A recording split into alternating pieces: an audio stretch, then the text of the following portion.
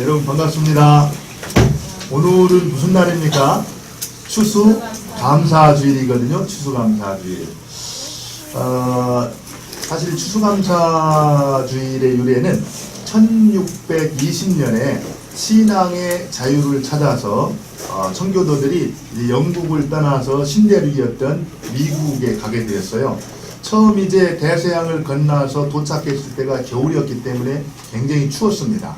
또 먹을 양식도 다 떨어져 가지고 어려운 가운데에서 사실은 신대륙을 찾아갔지만 찾아갔던 사람 가운데 거의 절반이 죽음을 당했어요.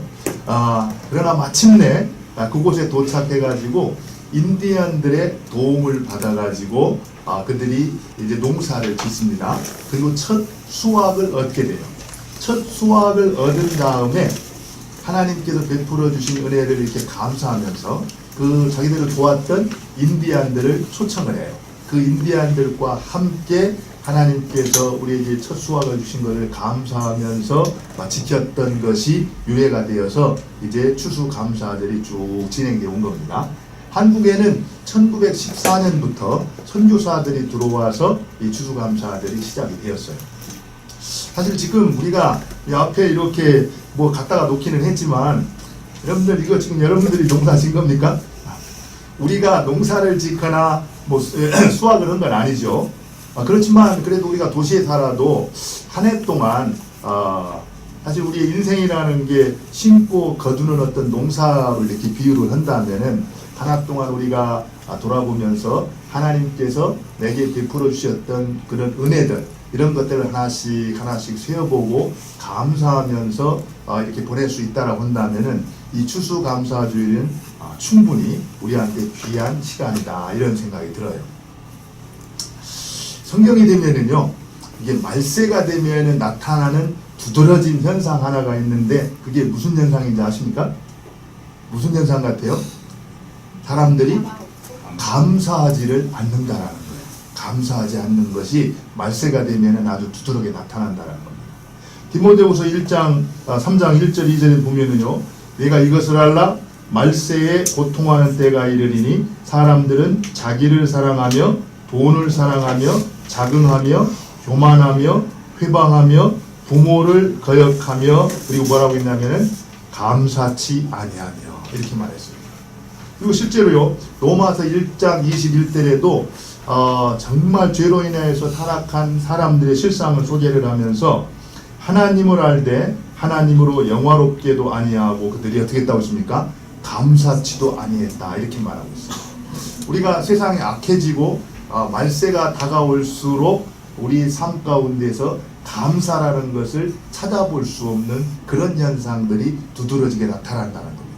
그렇기 때문에 우리가 할 수만 있으면은 감사하는 삶을 사는 것이 얼마나 귀한지 모르겠어요.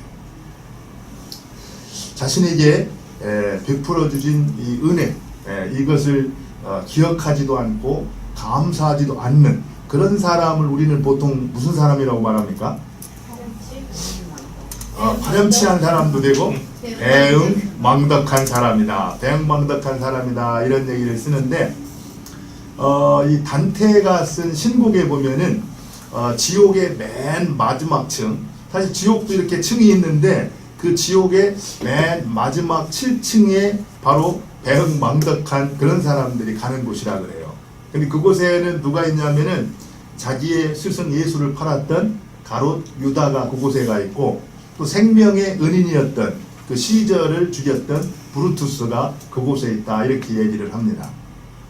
여러분들은 배응망덕한 사람이니까 받은 은혜들을 감사하고 나누는 삶을 살고 있습니까? 아무튼 우리가 이렇게 때가 지날수록 또 세상이 악해질수록 정말 감사하고 또 이웃을 돌아볼 줄 아는 그런 삶을 사는 게 우리한테 참 필요하다 이런 생각을 합니다.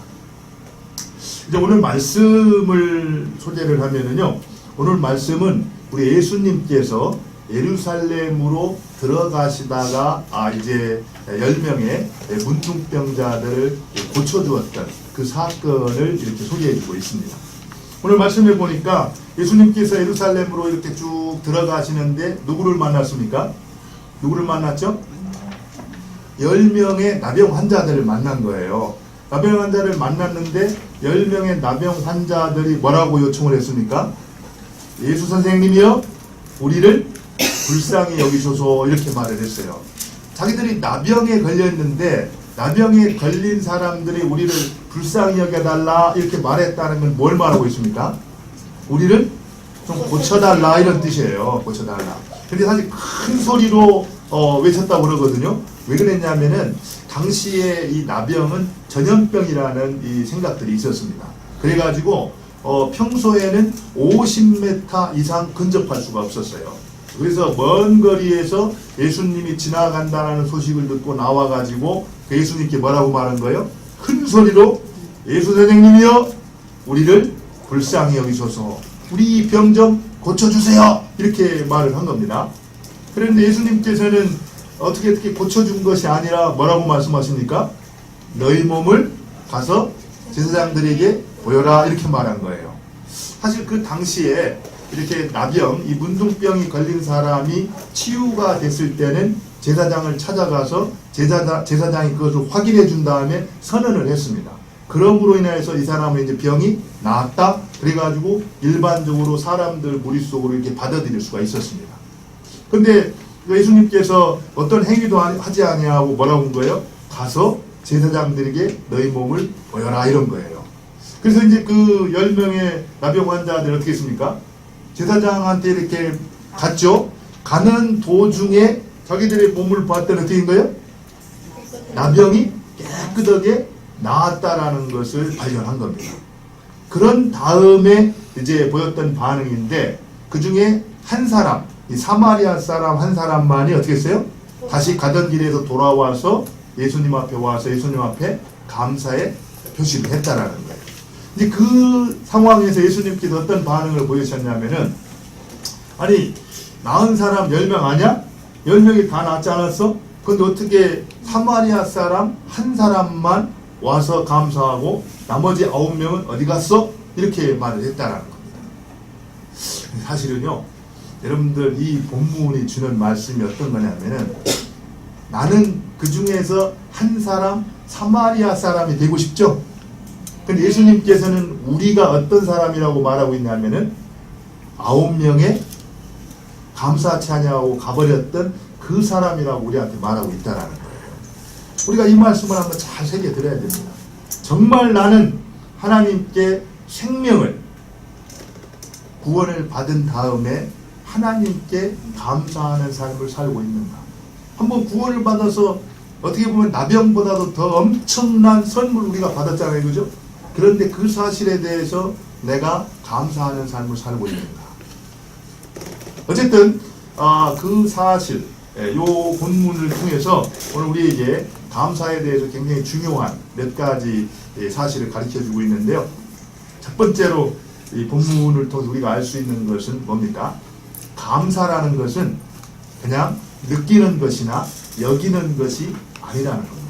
우리는 보통 생각할 때 감사하다 이렇게 생각하고 느끼고 여기는 것을 감사라고 생각하잖아요, 그죠? 그래 나 감사해, 나 감사하게 느껴. 근데 오늘 본문을 보니까 그렇지 않다라는 거예요. 왜 그렇습니까? 실제로 생각해 보세요. 당시에 이 나병, 이 문둥병이라는 것은 보통 그렇게 구약시대도 그랬고 신약시대에도 그렇게 느꼈어요. 문둥병은 어떤 병이다? 천벌을 받아서 생긴 병이었다. 이렇게 저주를 받아서 생긴 병이었다. 이렇게 인식을 했습니다.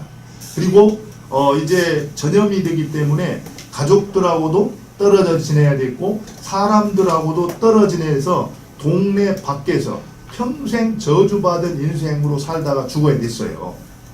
그랬던 인생이 어느 날 예수님을 만나가지고 이 나병으로부터 깨끗하게 나음을 받았다라는 것을 알았을 때 그 사람들 마음 가운데 감사하는 마음이 있었겠어요, 없었겠어요? 당연히 들었을 거예요, 감사하는 마음이. 그리고 참 감사하다는 생각을 했을 겁니다. 그런데 오늘 성경은 그랬던 사람들이 감사했다라고 말하지 아니하고 어떻게 했습니까? 한 사람 구체적으로 예수님 발 앞에 돌아와서 감사를 표시했던 그 사람만을 어떻게 했다고요? 감사했다라고 말하고 있다는 겁니다. 이 얘기는요, 감사는 느끼는 것이나 생각하는 것이나 여기는 것이 아니라 무엇이라는 거예요?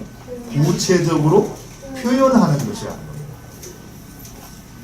우리도 보통 사랑이라는 것도 마찬가지죠. 고린도 전서에 보면 보통 사랑장이라고 말하는데 그 사랑에 대해서 우리가 쭉 기술을 하는데 모든 것이 동사로 되어 있다는 걸 우리가 기억을 해야 됩니다. 사랑은 행동이라는 거예요. 사랑은 구체적인 표현이라는 겁니다. 감사도 마찬가지입니다. 우리가 구체적으로 표현하지 않은 감사는 감사가 아니라는 거예요. 정말 여러분들이 하나님께로부터 받은 그 은혜, 사랑이 감사하다라고 그러면은 그 감사한 것을 하나님께 대해 또 이웃에게 대해서 구체적으로 표시를 해야 된다는 거예요. 여러분들 하나님께 대해서 감사하십니까?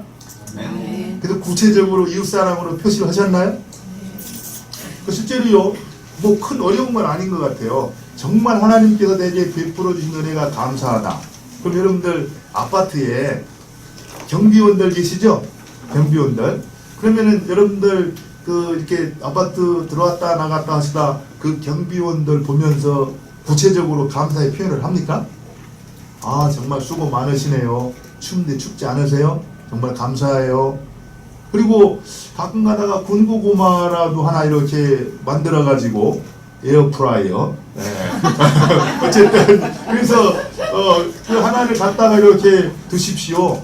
또 우리가 과일 한 뭉치를 이렇게 사가지고 가다가 한두 개 이렇게 빼가지고 좀 드십시오. 이렇게 구체적으로 표시하는 것, 그것이 감사라는 겁니다. 그냥 느끼는 것만이 감사가 아니라는 거예요. 또 교회 안에서도 마찬가지죠. 오늘 우리가 추수감사주의로 지키는데 하나님께서 우리에게 베풀어 주신 은혜가 많잖아요. 그죠? 그러면 우리가 어떤 모습으로 그 감사를 표현할 수 있겠습니까? 뭐 여러 가지가 있겠죠. 오늘처럼 이렇게 PPT를 통해서 내게 베풀어 주신 은혜들을 감사로 구체적으로 표현하는 것도 있을 수 있고, 또 물질로 내게 주신 은혜들을 하나님 앞에 헌금으로 또 표시할 수 있습니다. 또 그리고 또 하나님께서 내게 베풀어 주셨기 때문에 또 다른 사람들을 봉사하는 일로 또 감사를 표현할 수 있어요. 또 어떤 게 있을까요? 또 정말 내가 감사했기 때문에 이제는 어때요? 내게 감사를 베풀어 주신 하나님의 뜻대로 살겠다. 하나님이 기뻐하지 않는 삶을 내가 살지를 않겠다. 이렇게 결단을 내리고 말씀에 순종하는 삶을 통해서 우리의 감사를 표현할 수가 있다는 겁니다. 어쨌든 한 가지 오늘 말씀을 통해서 할 수 있는 것은 감사는 느끼는 것이나 여기는 것이나 생각하는 것이 아니라 뭐라고요? 구체적으로 표현하는 것이다.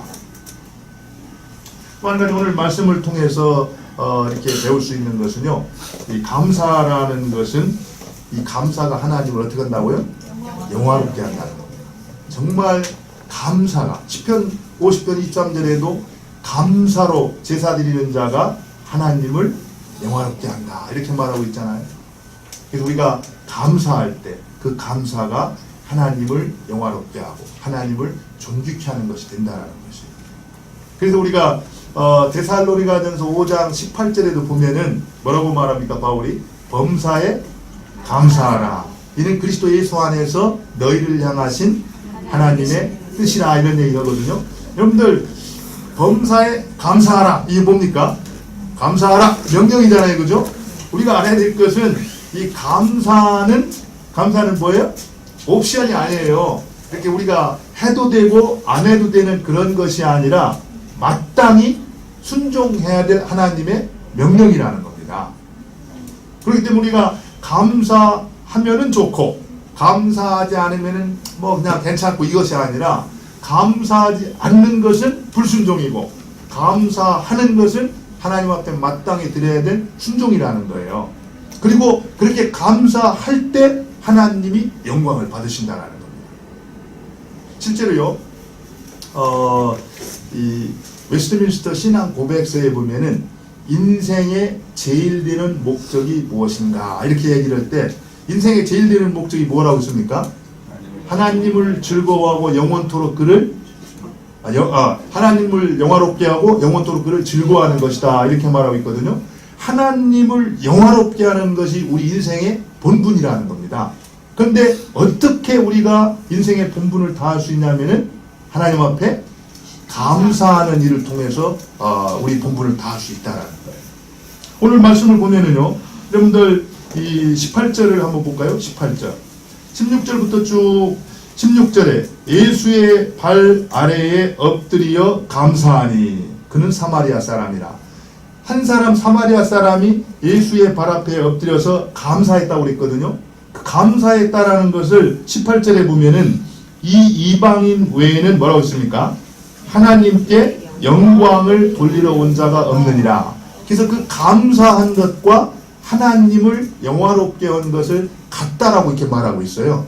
결국에 우리가 하나님께 감사하는 것, 또 우리가 살아가면서 감사를 구체적으로 표현하는 그것이 바로 하나님을 영화롭게 하고 하나님을 존귀케 한다라는 거예요.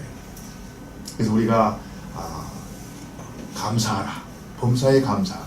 사실 이 얘기를 들으면은 아마 감사를 할 때도 있지만 어떻게 범사에 모든 일에 다 감사를 해, 이렇게 우리가 보통 질문을 할 수 있거든요. 근데 감사할 수 없는 것을 우리 하나님께서 감사하라고 말씀하실까요? 우리가 이해는 못해서 그렇지만 감사할 수 있는 충분한 이유가 있습니다. 그리고 그렇게 하는 것이 뭐라는 거예요? 또 마땅하다라는 거예요. 할 수 있다라는 겁니다. 사실 우리가 로마서 8장 28절에 보면은 하나님을 사랑하는 자, 곧 그 뜻대로 부르심을 입은 자들에게는 모든 것이 뭐라고 했습니까?